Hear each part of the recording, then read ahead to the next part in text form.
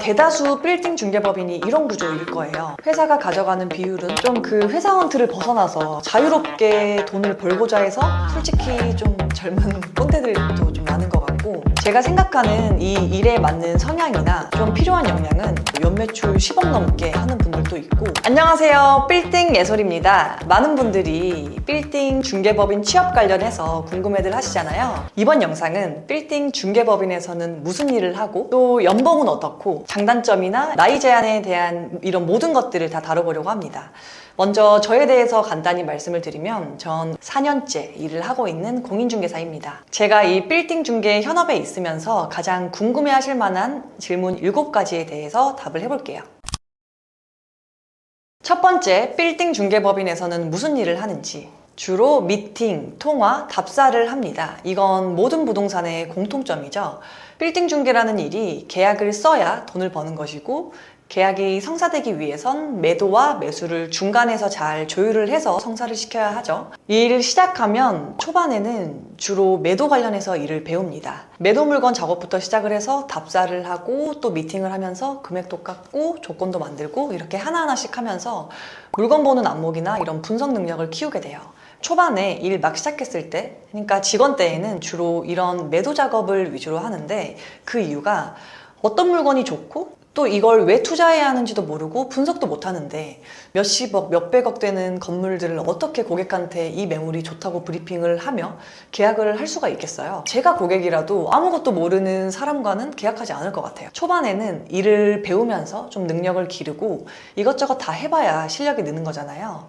저는 다 단계가 있다고 생각을 해요. 그래서 막 입사하면 주 업무가 물건 작업을 주로 하고, 빌딩이 다른 아파트나 이런 주택이랑은 다르게 이게 개별성도 굉장히 강하고 물건마다 좀 분석해야 하는 부분이나 체크사항들이 전부 다 달라요. 또 세무, 건축, 대출 등 이런 정책이나 다방면의 지식이 필요한 분야라서 실무를 하면서도 스스로 계속 많은 공부를 해야 합니다. 그렇게 물건별로 분석을 해서 이걸 자료화하는 일도 주된 업무 중에 하나예요.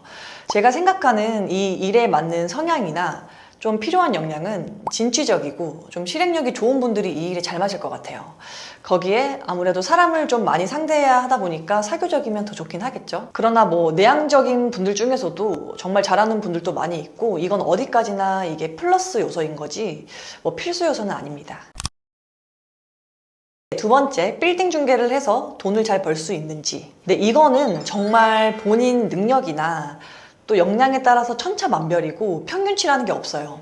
저희 회사만 해도 상위 1%에 드는 분들은 연매출 10억 넘게 하는 분들도 있고, 반대로 1년에 계약을 하나도 못 써서 수입이 빵원인 분들도 있습니다. 중개업 자체가 영업이라는 그 틀 안에서 자유롭게 이제 본인이 주도적으로 일을 해야 하기 때문에 효율적으로 정말 열심히 해서 성과를 잘 내는 분이 있는 반면에, 쉬고 싶을 때 한없이 쉴 수 있는 이 자유로움을 컨트롤을 못하는 분들도 굉장히 많습니다. 이건 정말 정답이 없어요. 정말 본인이 잘하면 돈을 잘 벌 수 있는 일인 건 확실합니다. 인원이 많은 이런 대형 중개법인의 장단점, 일단 저희 회사 기준으로 말씀을 드릴게요. 시스템 구축이 정말 잘 돼 있어요. 아무래도 업력이 20년이 넘다 보니까 그 기간 동안 축적한 이런 방대한 데이터베이스가 있고, 그 데이터는 회사 내에서 전부 다 공유가 되기 때문에 신입이 들어와도 같은 자료를 보면서 똑같이 일을 할 수가 있어요. 또 업력이 오래된 만큼 이제 부동산 시장, 상승이나 하락 이런 사이클에 맞게 경험한 선배들이 많아서 상황에 맞는 조언을 구할 수가 있고, 체계적인 교육 시스템이 좀 갖춰져 있습니다. 사람이 많으면은 개개인마다 이제 계약을 하잖아요. 그 각자의 케이스나 경험들을 서로 공유하면서 배울 수 있는 것도 가장 큰 장점인 것 같아요. 네, 반대로 단점도 물론 있습니다. 예전보다는 이게 많이 개선되긴 했는데 조직 문화가 조금 수직적이고 딱딱한 느낌은 있어요. 솔직히 좀 젊은 꼰대들도 좀 많은 것 같고, 또 한 가지는 사람이 많다 보니까 경쟁이 정말 엄청 치열합니다. 현재 이 영상 촬영일 기준으로 저희 회사 인원이 170명 정도 되는데, 이 사이에서 살아남아야 하고 또 내 밥그릇을 챙기려고 정말 피나는 노력을 해야 합니다. 그리고 이거는 이제 업 자체의 특성이긴 한데, 워라밸을 생각하시면 이 일은 안 하는 게 좋습니다. 매달 좀 안정적인 수입이 있는 게 아니기 때문에 그런 쪽으로 성향이 안 맞는 분들은 조금 힘들 수가 있어요. 가장 궁금해 하실 부분이 어떤 수익 구조를 가지고 있는지일 것 같은데요. 막 입사를 하면 수습 기간을 거쳐서 직원 생활을 하고 이제 팀장이 되는 과정을 거치게 되는데요. 팀장이 되기 전까지는 기본급을 매달 받으면서 거기에 계약을 하게 되면 인센티브까지 받게 됩니다. 그런데 이 금액이 크지는 않아서 이 시기에는 좀 경제적으로 많이 힘들 수가 있어요.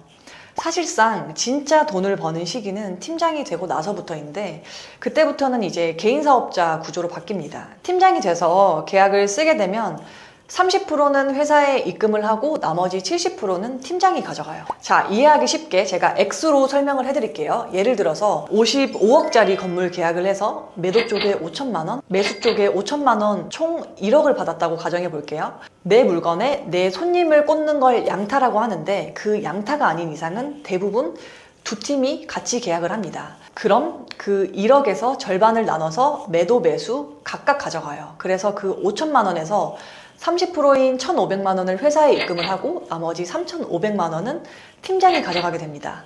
근데 만약 이게 양타 계약이면 양쪽 다 가져가게 되는 거니까 그때는 7천만 원이겠죠? 아마 대다수 빌딩 중개법인이 이런 구조일 거예요. 회사가 가져가는 비율은 아마 조금 차이가 있을 수도 있지만요. 그래서 이게 평균치가 없다는 거고 어떤 금액대에 매매 계약을 했느냐, 거기서 수수료를 얼마를 받았느냐에 따라서 정말 천차만별이라는 거예요.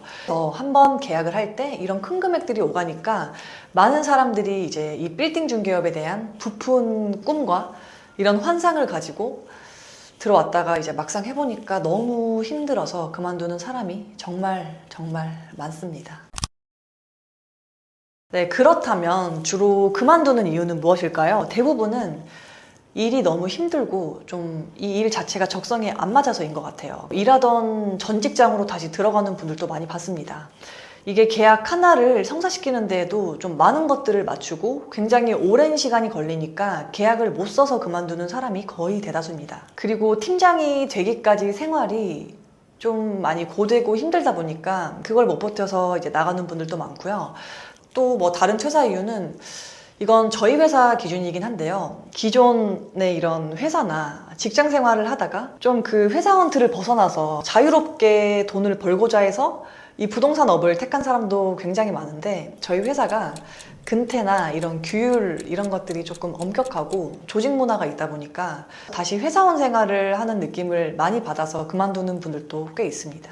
네, 너무 안 좋은 점만 제가 얘기를 한 것 같은데 돈을 많이 벌 수 있다. 이것도 맞는 말이긴 하지만 무작정 그런 환상보다는 그래도 취업을 하려는 사람들에게 좀 더 현실적인 부분에 더 초점을 맞춰서 얘기하는 게 더 도움이 되실 것 같아서 다 말씀을 드리는 거고요.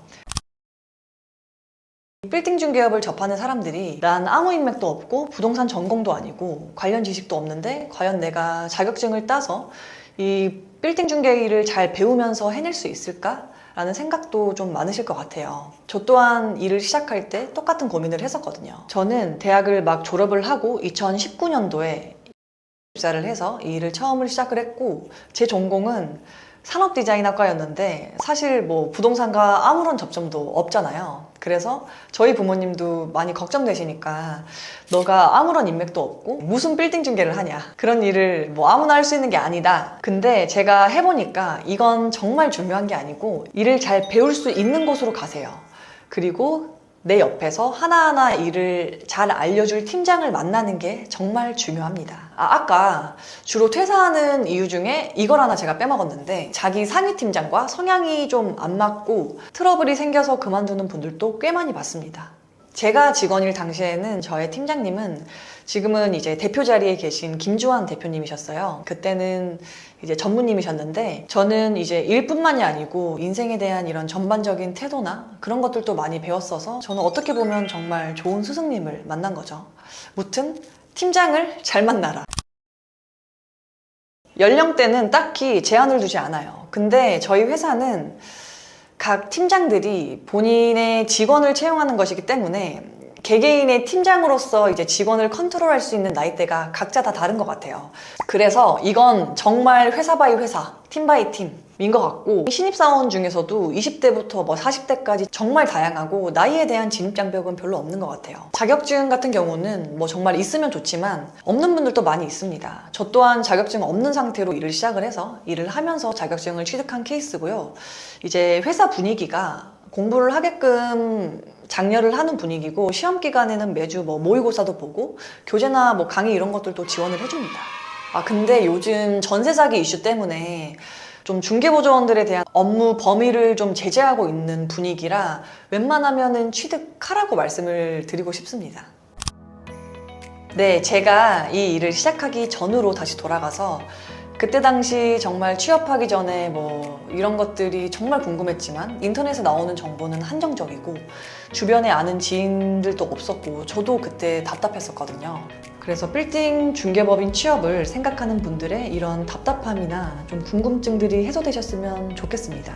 이번 영상은 여기서 마무리하도록 할게요. 안녕!